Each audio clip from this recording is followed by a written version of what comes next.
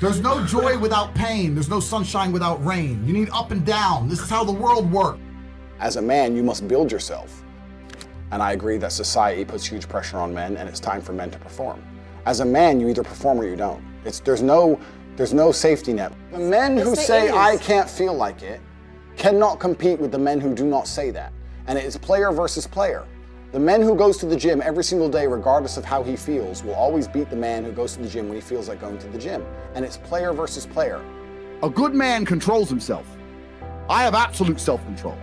Emotional control is absolutely and utterly important as a man. You need to understand as a man, there are certain principles under which you act, regardless of how you feel. Bam. I can wake up in a terrible mood. Yes. I can wake up sad. I can ache. I can have a busy day, stressed, etc. I will complete the same tasks as if I woke up in a fantastic mood. I'll do the same things because how I feel has no bearing on the things I'm going to do in my day because I have duty to myself. There is no light without dark. You will not appreciate your six-pack unless you didn't have one and you had to earn it. That's how the world works. So when I talk to these dudes like, oh, but it's, you know what, Tate, yeah, I agree, but you know, it's hard. Of course it is, it's supposed to be. And if you're not cut out for it, then fuck off and live a normal existence and die. Sit there, letting other men enjoy the spoils of being a man and fucking die. If that's what you want to do, is just sit there and exist and then fade into history unremembered. That's your decision. If you want to level up your character, then you need to get out here and do it. You need to be around brave men. You need to get some balls. You need to get your network together. You need to be paying attention, listen to the truth, humble yourself, stop sitting there with an ego. That's the game. But I made myself this way. I wasn't born this way. I absolutely and utterly made myself this way. And any single one of you men out here can do the same thing.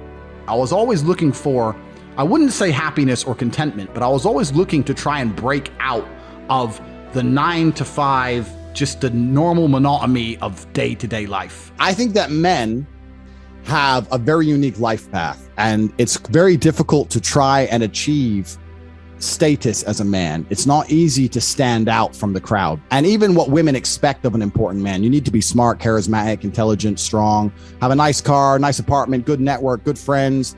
You need to be able to handle stress. You need to be competent. There's so many things you need to be able to do. It's difficult for a young man to even have all these things. You need to start leveling up your mentality, your spirituality. You need to level up your ability, physicality. There's so many different ways you can level up, like a video game character, right? Once you have all the unlimited money, you can then start ticking all the stats boxes. Knowledge. When guys say to me, okay, well, how do I make women respect me? I say, well, how do you respect yourself? That's the first thing. No one's gonna respect you if you don't respect yourself.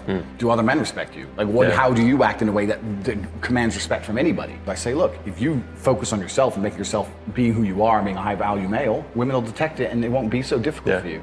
You have to respect yourself first. And how does a woman respect a man? When she sees that he respects himself and other men respect him. You need to understand that the world you live in as a man, in my personal view, has been very purposefully constructed. And it's been constructed in a way to destroy your masculine power. And the future of the world, especially in the West, is a further encroachment on your sovereign ability, your sovereign thoughts, your base instincts, the things that make you happy. Absolutely nobody is concerned with male happiness on any level. They don't want you to be happy. They want you to be miserable, a miserable slave in a tax bracket. And you have to understand this. And the only way you can combat against it is to take significant action. You have to take significant action. You have to use the internet. It's the tool they're using. The internet is the tool they're using to brainwash the masses. You need to combat it and use their own tool against them to seek out the kind of information, knowledge, and friends that you need to have around you. You are going to be the sum of the 5 people you spend the most time with.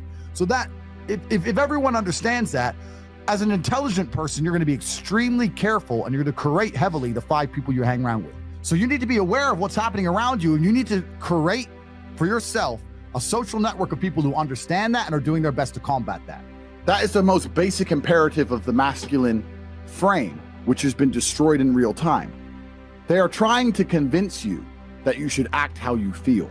You should show more of your feelings. If you feel this way, you should show it. If you want to cry, cry. Look, I have no problem with guys crying. What I'm saying is the reason they're trying to bring out emotionality in you is most of the time you don't feel like doing the things you're supposed to do. But the true masculine frame throughout history was doing the things they didn't want to do, but they knew they had to do because they had honor and duty. When you remove self-control from men, not only do you get emasculated weak men, but what you also get is very dangerous men. There are actually far less genuinely high value men than there are pretty girls. You can go to any club in any country in the world. I've been to 72 countries. You can go to any club in any country in the world and see pretty girls. If you're gonna find a young, in shape, smart, tall, intelligent, rich man, it's extremely difficult to find.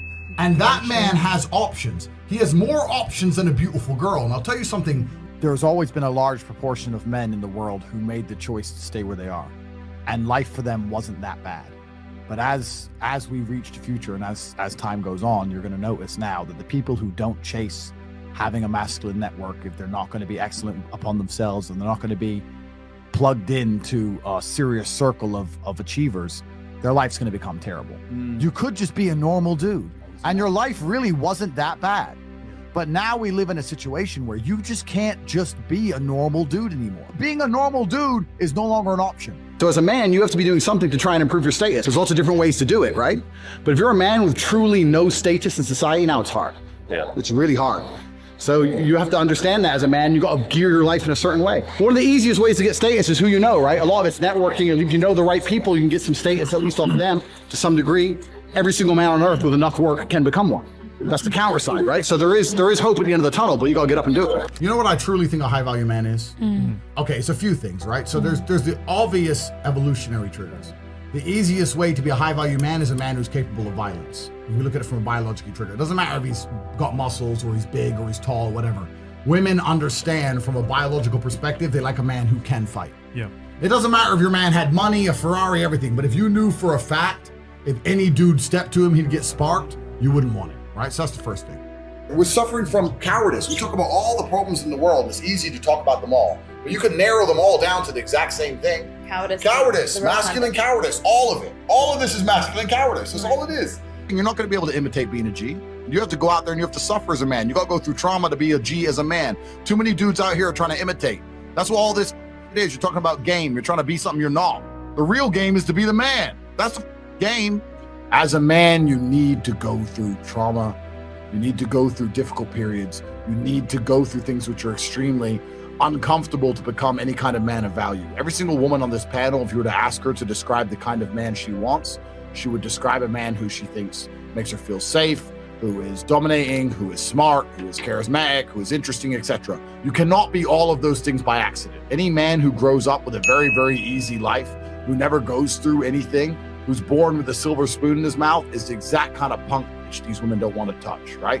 As a man, you need to suffer and you will survive, and you need to internalize it, not become a weirdo, accept that the trauma is what's going to make you strong enough to become the kind of man that's respected by society, and you need to use it for your own advantage. As a man, if you have not been through extremely difficult processes, you're never going to be a high value man. So when you ask me that question, the answer is an answer you're not hoping for, because likely you've been avoiding trauma your whole life.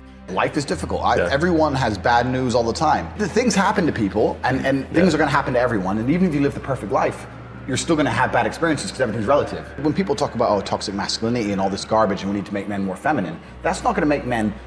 It's not going to make the world safer. Having a whole bunch of men who give in to their emotions instantly is going to create more monsters. The reality of masculinity is controlling your emotions. This is the reality of being a man. The tenets of masculinity since the dawn of time have been, I was afraid, but I did it anyway. This is the tenets of masculinity.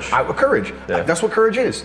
I was afraid to storm the beaches of Normandy, but I did it anyway. I was afraid to stay on the Titanic, but I did it anyway. This is the whole tenets of masculinity, and now they're saying, oh, if you're afraid, just act afraid, be a pussy. I'm at a point now where I'm working for, it's pointless. Money's just fruitless, I don't need it. But I can't not do it, I have to.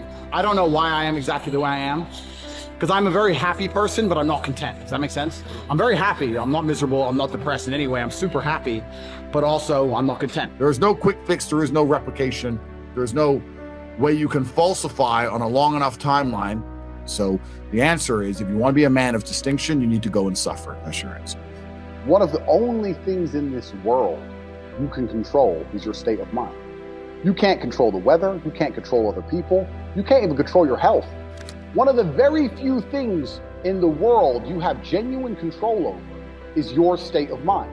You decide if you're a disciplined person. You decide if you're a happy person. You decide if you're a depressed person. These are things that in real time you can affect in your brain. This is all you can control on Earth. If you can't control that, then you're just a feather in the wind. And life's gonna blow you around, and you might land somewhere good, you might land in don't. Nobody knows. I was a 4-time kickboxing world champion. For 12 years, I trained 5 hours a day, 6 days a week. And I was motivated to train probably about 25% of the time. The rest of the time I went because I am disciplined.